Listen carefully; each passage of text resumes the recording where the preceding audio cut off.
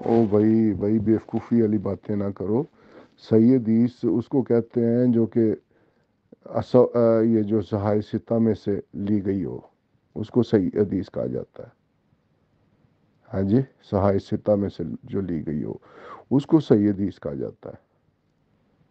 اب وہ اگر تو وہ قرآن کے مطابق ہے تو وہ واقعی صحیح ہے.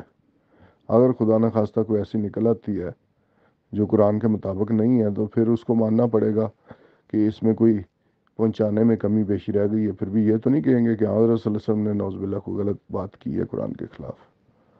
یہ تو کوئی سوچ بھی نہیں سکتا، آپ جیسے بیوقوفی سوچیں گے.